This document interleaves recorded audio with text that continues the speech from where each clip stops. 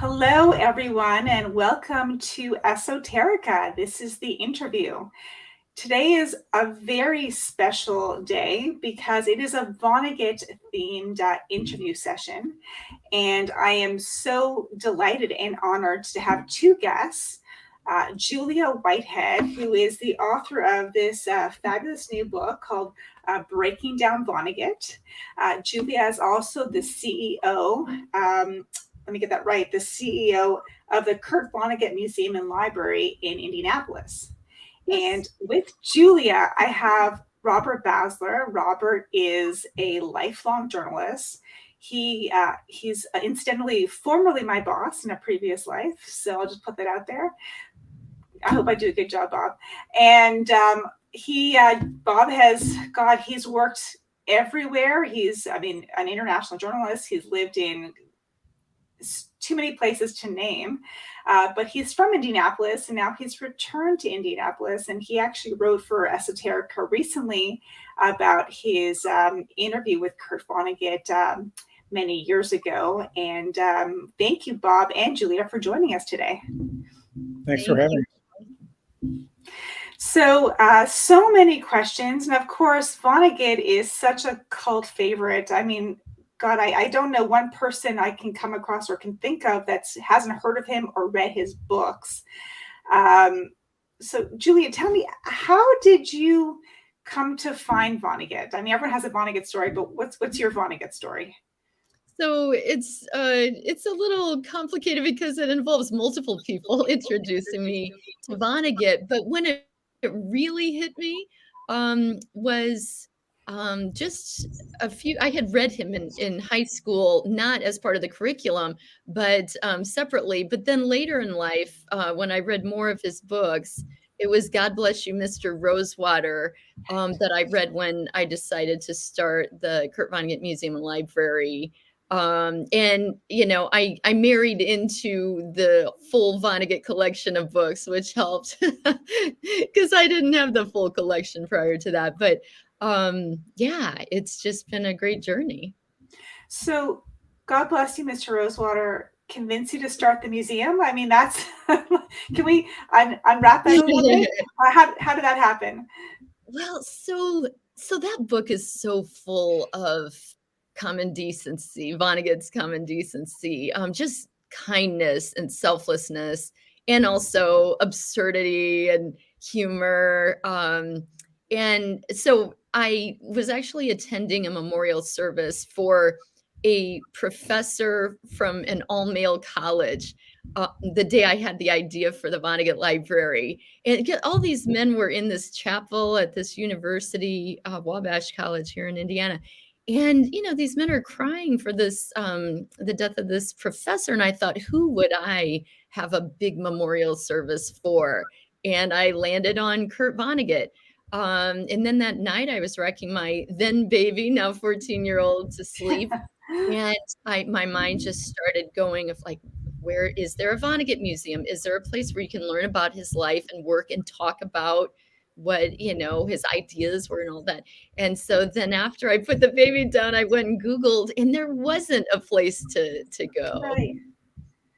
Interesting. And this became a life, it must be a life mission, I'm assuming. I mean, it's a huge undertaking for such a celebrity cult author. I mean, well, tell us a little bit about the museum. I mean, what can a person expect in non-COVID times at the museum? Yeah, and we are, you know, we're open now, and we have distance tours and things, so it's really safe to come these days. We make it that way.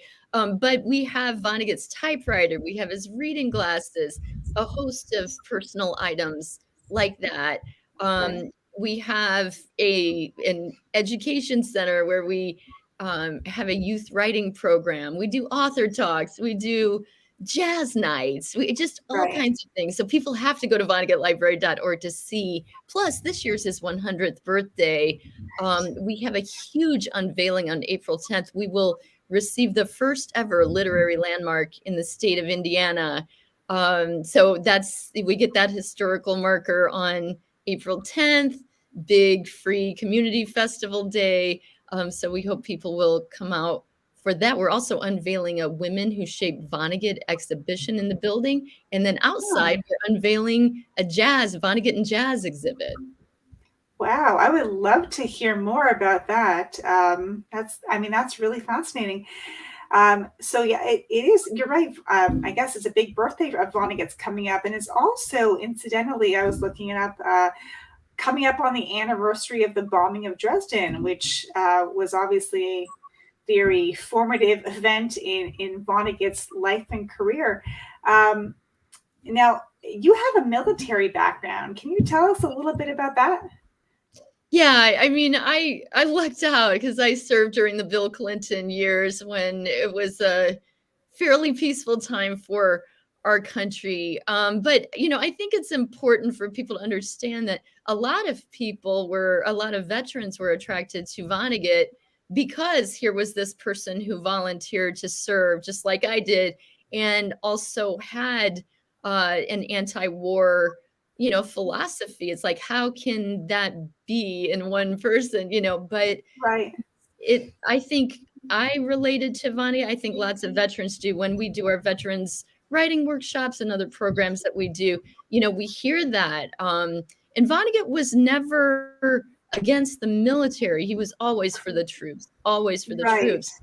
But it was really those, government decisions to send young people off to war that he had a problem with, and that a lot of us have a problem with. And I didn't mention it, if I may, Slaughterhouse Five, you mentioned Dresden. So up on our third floor of our building, we have we call it, bombed out Dresden. I mean, it tells that story of his experience and also ties in his fiction, Slaughterhouse Five.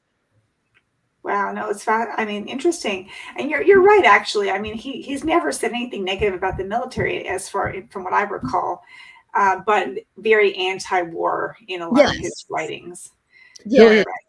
Do I remember correctly, the museum has a great collection of his rejection slips?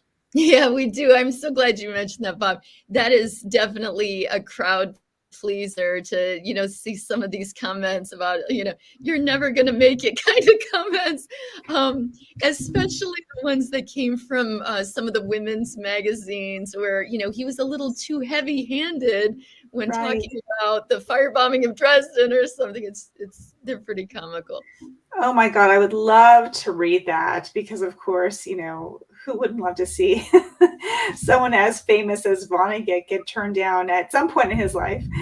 But wow, that's fascinating. And his kids have so many of these rejection letters. They gave us a nice stack of them when they came when we first opened about a dozen years ago.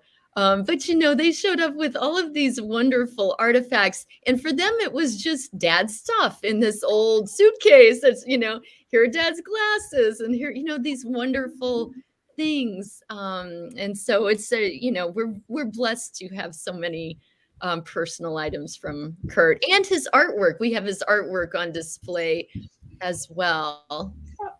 Sorry, I actually have his artwork. I should have brought it. It's hanging in a different room, but I do have his artwork as well. I know people. Not everyone knows that Kurt Vonnegut was an art. I mean, of course, I know his art inside his books, but I mean, it's also his art that actually lives outside the books. Yes, and actually, I'm pointing the wrong direction. This piece of art behind me is a Kurt Vonnegut. That's right. I notice it from here. I love that piece. So I'm gonna segue to Bob. Bob, tell us your Vonnegut story. I mean, we know you interviewed him, and it was a really important interview. I'm assuming for you, but how did you come to find him? Like, what's your Vonnegut story? I found him at the Indianapolis Public Library in the early '60s with Mother Knight, and I read the book jacket, and it said this guy was from Indianapolis and mentioned the Unitarian Church and a bunch of other trigger words that meant something to me. And he was North Side Indianapolis. He'd gone to the same high school as my parents, and the arch rival of my high school. And I just loved the book. And I read Cat's Cradle next, and I was totally hooked. Then he moved to upstate New York And my wife and I moved to upstate New York, got jobs in Albany.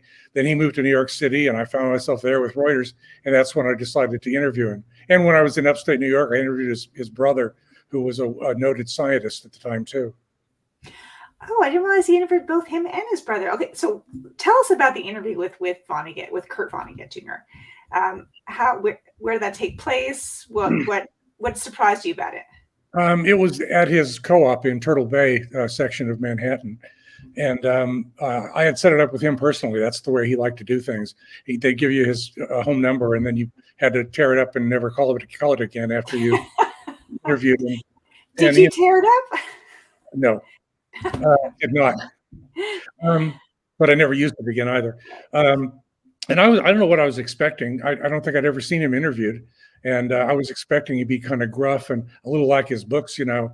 And he was very funny, very amiable. And he liked to break the ice and chat a little bit first. And he said, "Well, where are you from?" And I said, "Indianapolis." And he said, "I'm from Indianapolis," you know, as if I didn't know that. And then he said, "Where'd you go to school?" And I said, "Indiana University." He said, "No, high school. I don't care where you went to college." And we had gone to these arch rival high schools, and he just did a lot of reminiscing about the old days in Indianapolis. Mm-hmm. So, I mean, tell us a little bit about, Indianapolis plays a really integral role in his writing, and from your work writing about Kurt Vonnegut, he felt it was really hard to separate the person from the place.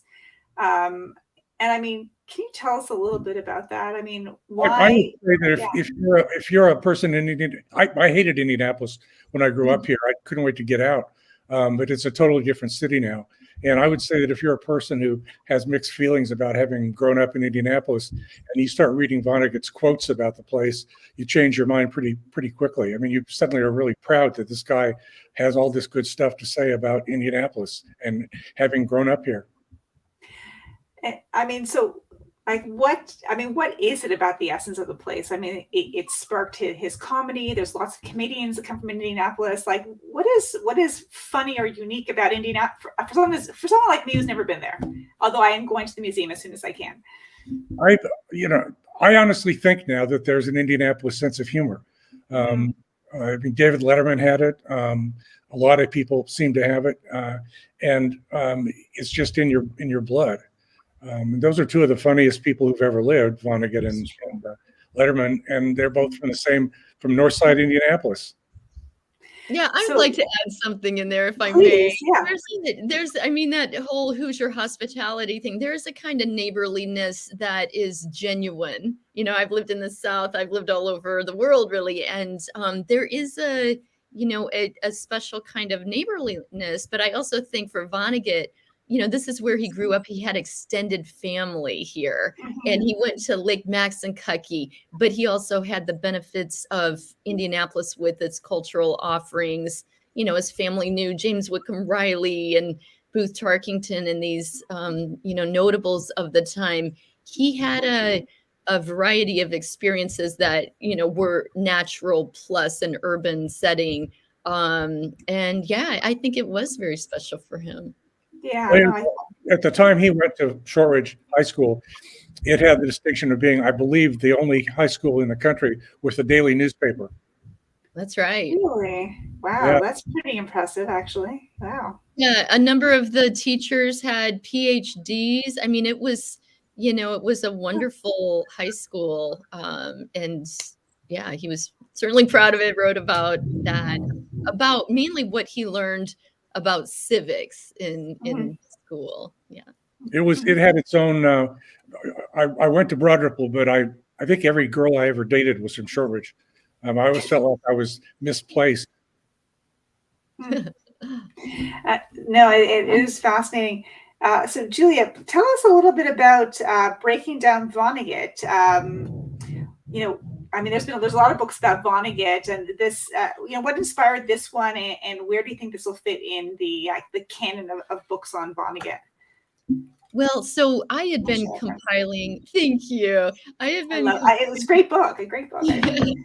Thanks. I've been compiling notes over these 10 or 12 years, on Vonnegut, little things that especially things that I hadn't heard anyone say, that I thought, oh, maybe this is new information for people. But when the publisher approached me and said, would you like to, to do this book on Vonnegut? They said, you have 3 months and that's it. Like, if you need more than that, just don't sign the contract. But knowing it, they labeled it a teen, young adult book. And I tried to write for an audience of really adults as well as teens for a variety of reasons. But, I think there is stuff in here that people are not going to find other places. I tried to make it touch on different parts of the humanities, not just literature. And it was a wonderful experience for me to write that in that 3-month nightmare cram time. Wow, that is a very tight time frame. And so, I notice it is instructional, but also, biographical. I mean, it touches a lot of the, unique parts about Kurt Vonnegut growing up and and it touches on his married life. I mean, what was the most surprising thing that you came across in your research? The most surprising thing, I think, which I did not actually include in the book, I don't think I put this in, was that his parents didn't come to his high school graduation. Things like that made me, I guess, feel a little sorry for him. And, there's the other stuff that, things related to his personal life. None of that stuff, bothered me, or I should say, like, shocked me or outraged me or anything like that. It's like stuff happens in relationships and stuff, but it was really more, especially things too about him as a young man and about his experience in Germany and getting to Germany and, that war experience. It's just really unfortunate what he had to go through and so many young men had to go through during that time. But, also I believe I'm the only person with, a book out like this who has interviewed his daughter from his second marriage, Lily, just to getting different perspectives. For example, Lily said that she never saw anger in him. She didn't see a side of him like that. And then that's so interesting, right? That's so, what does that mean? What was he trying to do differently? Or what did age bring to him? Right.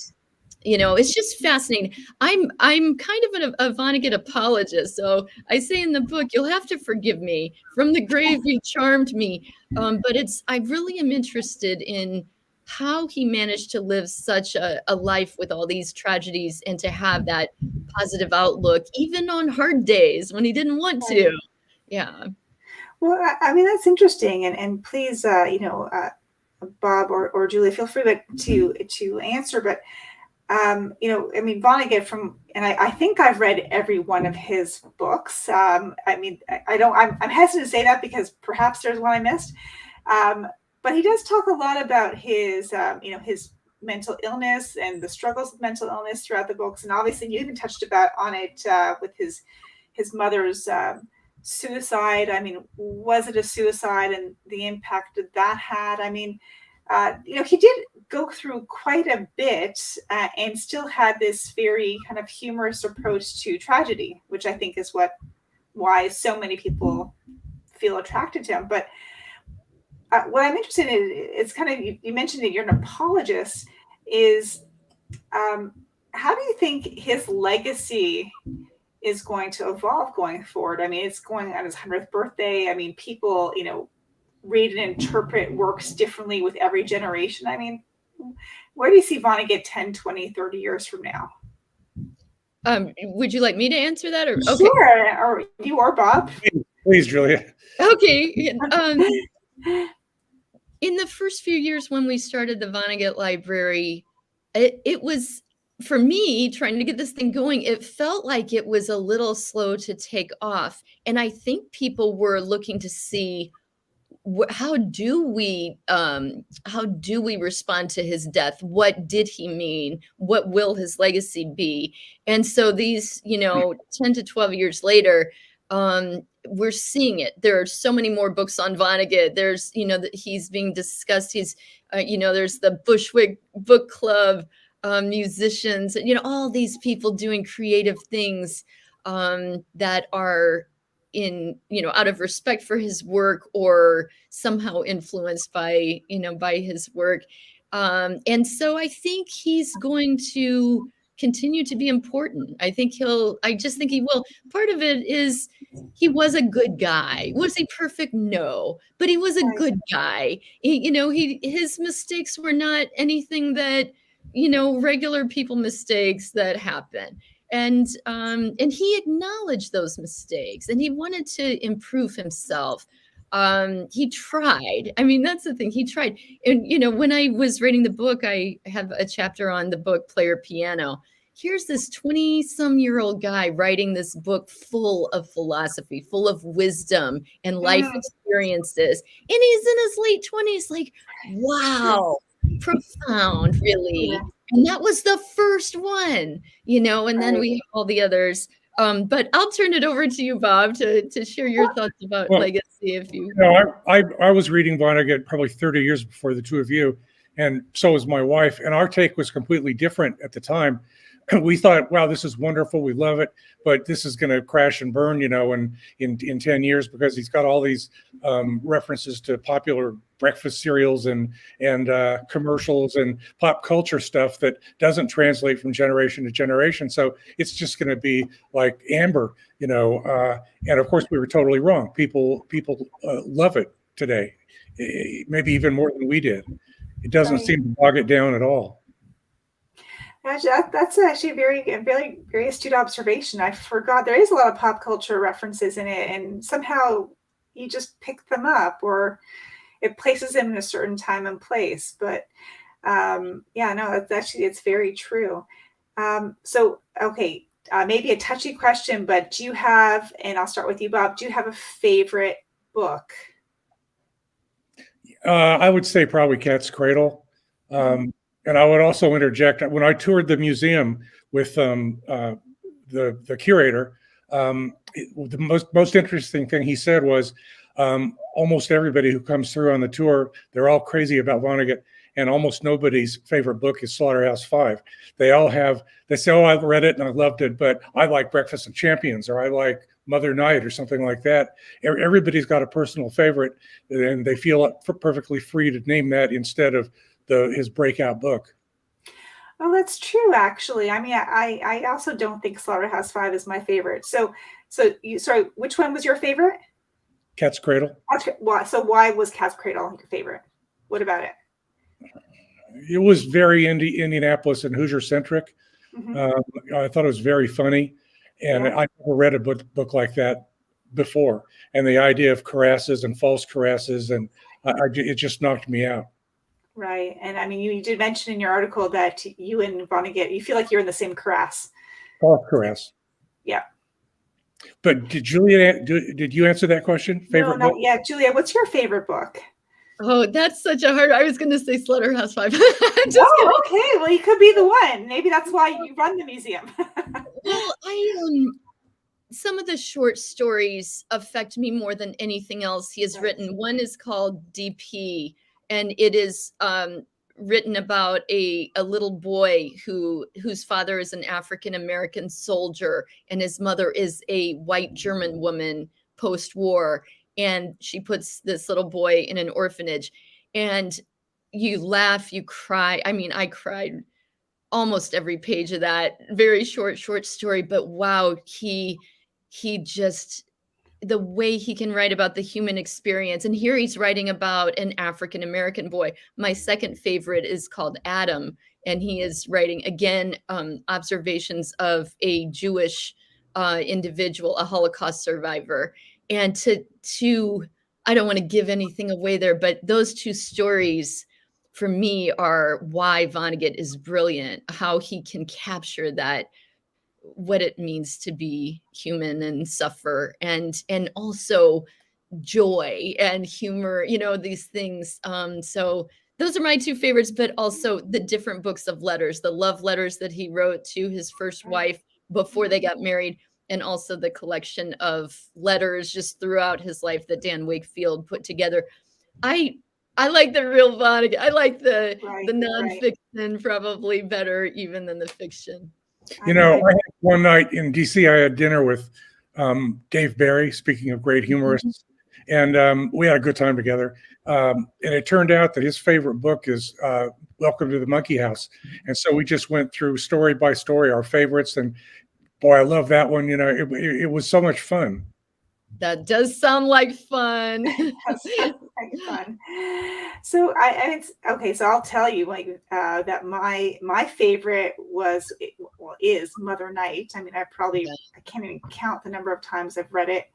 And Julia, you did just point out to me that I don't know those two short stories. So clearly I have not read everything. So now I need to go find those two short stories. And sometimes when I don't have, a lot of time, I will sometimes turn on the film of Mother Night and watch snippets of that. And I've also watched that, I don't know, probably 100 times. But that kind of leaves me, and I love the movie because I love Mother Night, but, it wasn't a well-received movie. Like, has there been like a Vonnegut film that's done really well? And why not? I don't know. Why is there not a great Vonnegut film? There is one. Okay. Other than the great Bob Whiting documentary. But that was a great documentary. Sure. Yeah, yes. Yeah. But the short story, Who Am I This Time, with Susan Sarandon and Christopher Walken, very short film. It was done in Canada, and it's just outstanding. Yes, I think you can find it somewhere online. But it'll be interesting that the rights to Slaughterhouse were purchased for a new film, and it'll be interesting to see if that film comes to fruition. Right.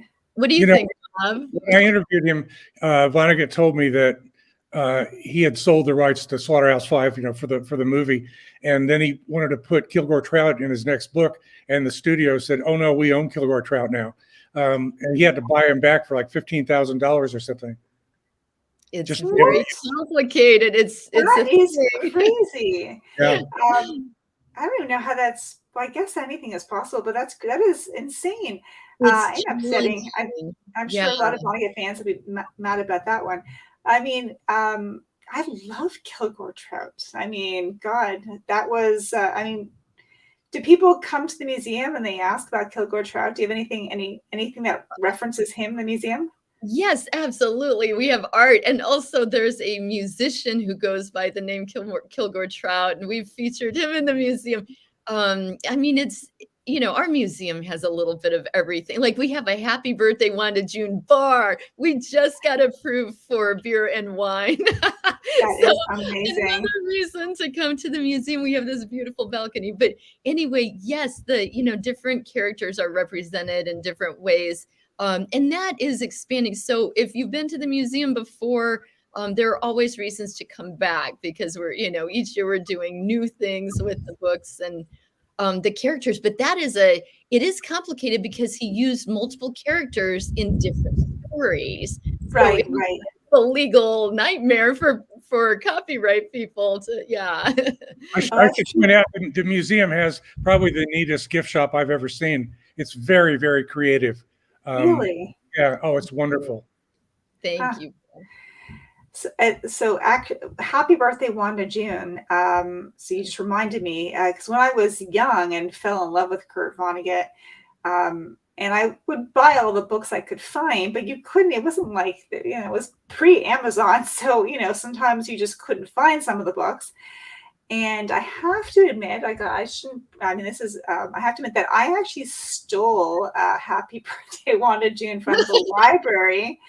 And because I couldn't find it anywhere else, and I just refused to give it up. Like I had to keep it. I don't know. I guess they got tired of sending me notices, and I still have that copy.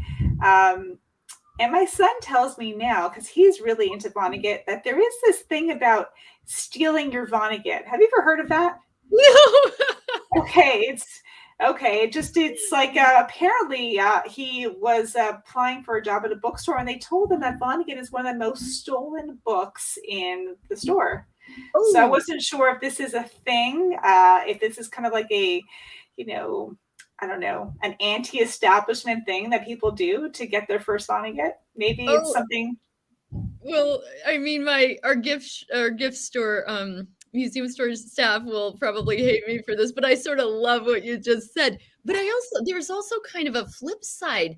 In 2011, when Slaughterhouse-Five was banned from a rural Missouri school, we shipped a whole bunch of copies out to students at that school who wanted a copy, but the public library didn't have any copies of Slaughterhouse, and they said they would just disappear. Well, it turned out there were people who not just stealing because they liked the book, because they didn't want people reading the book as well. Oh, interesting. We've seen that side of it as well, that censorship piece of it, but that's not what you're talking about. Well, no, but actually that's fascinating, because obviously we're seeing, the censorship of books has been a really hot topic lately.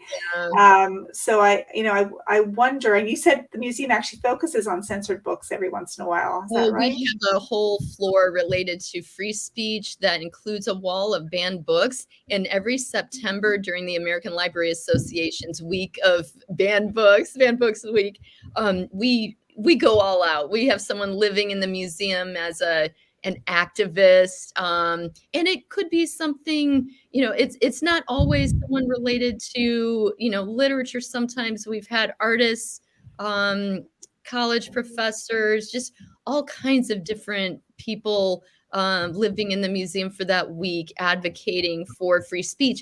And people come from all over the place to see. I forgot to mention, this individual is surrounded by a wall of banned books and literally lives in the museum for the week. And we have all these programs on anti-censorship and even things like cancel culture. Like we're a total free speech organization. So we're not banning anything at the Vonnegut Library. And by the way, we do have security cameras in the gift shop.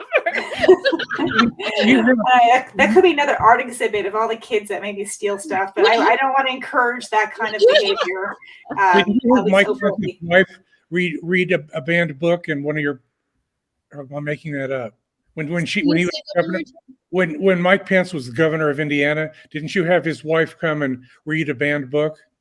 We absolutely did. So we did invite Karen Pence to read. That's what we did. We always invited, the First Lady to come read. She did, and to our surprise, Governor Pence showed up along with her and toured the museum. It was interesting because it fell at a time when we had all just heard that Mitch Daniels, who had previously been our governor, had tried to censor Howard Zinn's book on American history. And so Governor Vice President Pence and I had a conversation about that. He's a free speech guy. Governor Pence, Vice President Pence, not advocating one way or the other for him personally, by the way. I'm just saying he was a journalist, and he didn't think books should be banned. So which book was read at the event? Oh, by Mrs. Pence. Oh gosh, it was, you'll know it. It's about a little girl who is a sleuth. She's oh gosh, what is her name? Oh, I'm so frustrated. Oh, it's okay. I was just curious, but that's know the title. It's a very famous children's book. They can stick it in later. They can do anything with editing. Yeah, we can add that in. So, okay, last thoughts. I mean, Kurt Vonnegut's birthday is coming up, and he's been gone for a little while. I mean, if he were to walk in today, what would you tell him? Like, what has he missed, and what would you think he would need to know? One thing that's important to me is the location of the museum. Yeah. Julia located it on a street that kids like Kurt and I would never have gone near when we were kids. I mean, it was taboo. You know, it was a very bad neighborhood, and it's right there, and attracting people. You know, and I love that about it. Well, and that, our building, it's on that historic Indiana Avenue, which was once the thriving cultural center for our African American community. And by the way, it's coming back with the Madam Walker Legacy Center across the street. And we're so proud to be among that. Our Urban League is right there as well. But I think I would tell Kurt, a lot of stuff has happened here, Kurt. A lot of stuff. And guess what? Everybody turned to you, because during the 2020 pandemic, we got more people coming to our online programming from all around the world. And they were saying, we need Vonnegut. And if that's not a legacy to leave, I don't know what is. He is timeless and he'll always matter. If that's not nice, then what is? Yeah. So true. And I think that's a perfect way to end off. So thank you so much, both of you. It was such delight to talk about my favorite writer for 35 minutes. And, this was great. So hopefully we can have you on again and we can talk more Vonnegut at a later date. Thank you so much. Thanks, all right. Take care, both of you. Thanks, everyone. Bye. Bye. Bye.